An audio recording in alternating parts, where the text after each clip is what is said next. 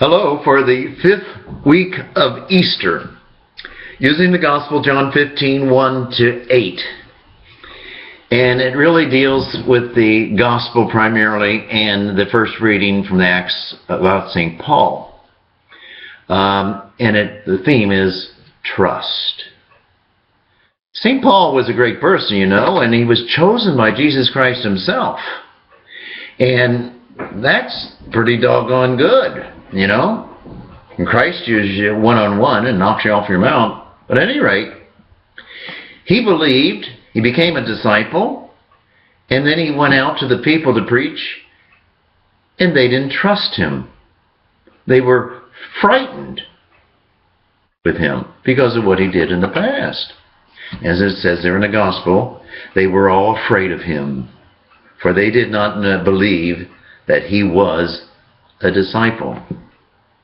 Big problems in preaching the message of Jesus. And I think in today's world,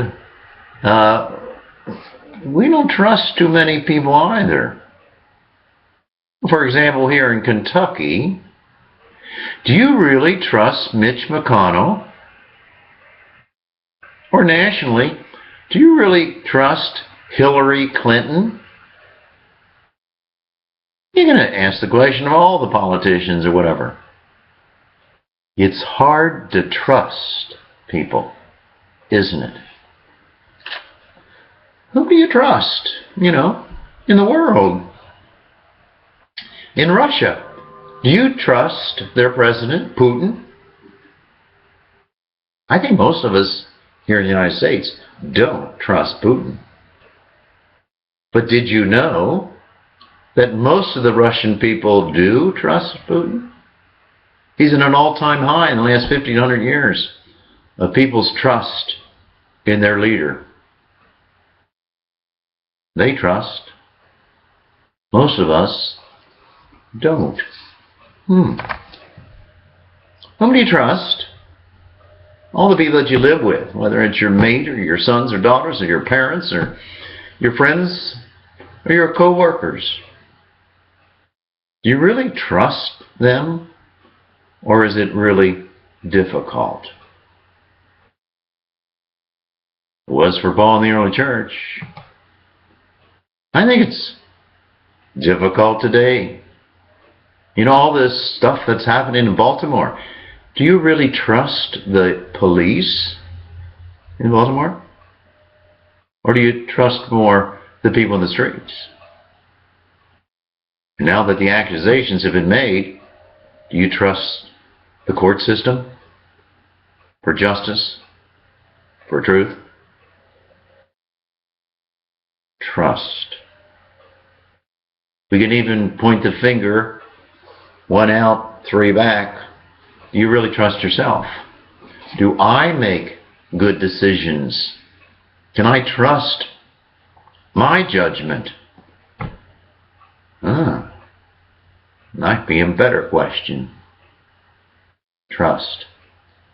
We look to the other person and we judge the sincerity of the other, if I'm going to trust.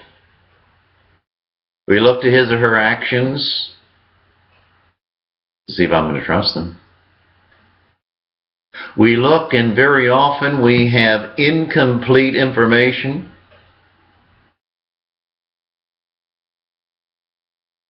We have a problem trusting, or we jump to conclusions.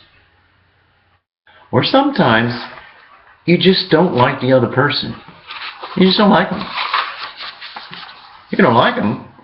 Why in God's name should you trust them? Trust in today's world, in my world, your world. The whole point of this is, do you really trust Jesus? Jesus in the Gospel says he's the vine. He's the sustenance of trust. He's the trust juice or whatever that all the branches are dependent upon. Do I really trust in that sustenance of life and that plan of God for me?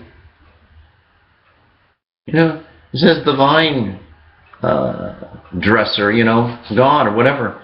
He prunes the plant. He waters.